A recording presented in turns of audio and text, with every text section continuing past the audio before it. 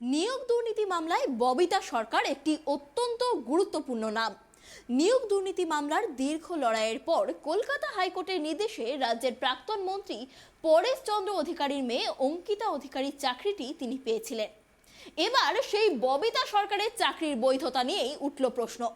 অভিযোগ, school service কমিশনের কাছে আবেদন করার সময় ববিতার স্নাতক স্তরের শতকরা নম্বর বাড়িয়ে দেখানো হয়েছে, যার ফলে তার একাডেমিক স্কোর বেড়ে গিয়েছে। সেখান থেকেই তৈরি হয়েছে যাবতীয় জটিলতা। যদিও এই দাবির সত্যতা যাচাই করেনি ট্রাইব টিভি। নিয়োগ দুর্নীতির মধ্যে এবার ববিতা সরকারের নম্বর বিতর্ক। অভিযোগ, কমিশনের ভুলে 2 নম্বর বেশি পেয়ে চাকরি পেয়েছেন ববিতা। বঞ্চনার অভিযোগে সরব হয়েছিলেন ববিতা সরকার, যা গড়ায় আদালত পর্যন্ত। রাজ্যের প্রাক্তন শিক্ষা প্রতিমন্ত্রী পরেশ অধিকারীর মেয়ে অঙ্কিতা অধিকারীর চাকরিও পেয়েছেন তিনি।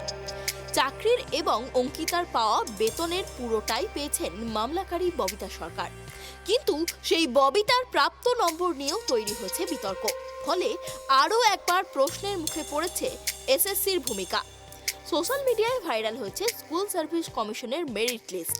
সেখানে দেখা যাচ্ছে ববিতা সরকারের টোটাল মার্কস 77, যার মধ্যে একাডেমিক স্কোর 33। কিন্তু সোশ্যাল মিডিয়ায় ভাইরাল হওয়া এই আবেদন ফর্মে দেখা যাচ্ছে স্নাতক স্তরে তিনি 800-র মধ্যে 440 নম্বর পেয়েছেন, অর্থাৎ 55%। কিন্তু ফর্মে লেখা তিনি 60%-এর বেশি নম্বর পেয়েছেন। আর তার ভিত্তিতেই ববিতাকে একাডেমিক স্কোরে 2 নম্বর বেশি দিয়েছে কমিশন। ববিতার একাডেমিক স্কোর যেখানে 31 হওয়ার কথা, সেখানে তিনি পেয়েছেন 33। সম্প্রতি হাইকোর্টের নির্দেশে চাকরি প্রার্থীদের নম্বরের তালিকা প্রকাশ করেছে স্কুল সার্ভিস কমিশন। আর তারপরেই প্রকাশ্যে চলে এসেছে নম্বর বিভ্রাট। ববিতা জানান, এই বিষয়টি নিয়ে তিনি তার আইনজীবীর সঙ্গে কথা বলেছেন। তার কথায়, বিষয়টি যাতে বিচারপতির নজরে আনা হয় তার জন্য বলেছি আমাদের আইনজীবীকে। আমার লড়াইটা এসএসসি কমিশনের অন্যায়ের বিরুদ্ধে। অতীতেও লড়েছি, আগামী দিনেও লড়ব। কোর্ট যা নির্দেশ দেবে সেই অনুযায়ী সবকিছু হবে। অবশ্য কমিশনের বক্তব্য, সব চাকরি প্রার্থীরই আবেদনের স্ক্রুটিনি হয়ে থাকে। যেহেতু ববিতার চাকরি কোর্টের নির্দেশে হয়েছে, তাই আলাদা করে পরে আর তার আবেদনপত্র খতিয়ে দেখা হয়নি।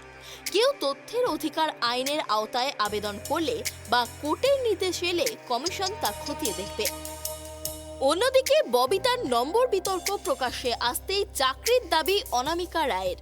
মেধা তালিকায় ববিতার পরেই রয়েছেন শিলিগুড়ির অনামিকা। কমিশন ঠিকভাবে যাচাই করলে চাকরি পেতেন তিনি, দাবি করেছেন অনামিকা। আবেদনপত্রে ভুল তথ্যের বিষয়টি প্রকাশ্যে আসার পরেই তালিকায় ববিতার পিছনে থাকা অনামিকা রায় নামে এক চাকরি প্রার্থী জানান, অভিযোগ যদি সত্যি হয় তাহলে ওই চাকরিটি আসলে তার পাওয়ার কথা। অনামিকার কথায়, যদি একাডেমিক্সের 2 নম্বর কমে যায় তাহলে র্যাঙ্কও পিছিয়ে যাবে। মেরিট লিস্টে অন্তত 14 জনের পিছনে চলে যাওয়ার কথা ববিতার। সেক্ষেত্রে চাকরিটা তার কোনোভাবেই প্রাপ্য নয়। ববিতাদি থেকে শুরু করে আমার এবং আরও কয়েকজনের একই নম্বর রয়েছে। এক্ষেত্রে বয়সের ভিত্তিতে চাকরি মেলে। এইভাবে দেখলে পরবর্তী প্রার্থী হিসাবে এই চাকরিটা আমারই পাওয়ার কথা।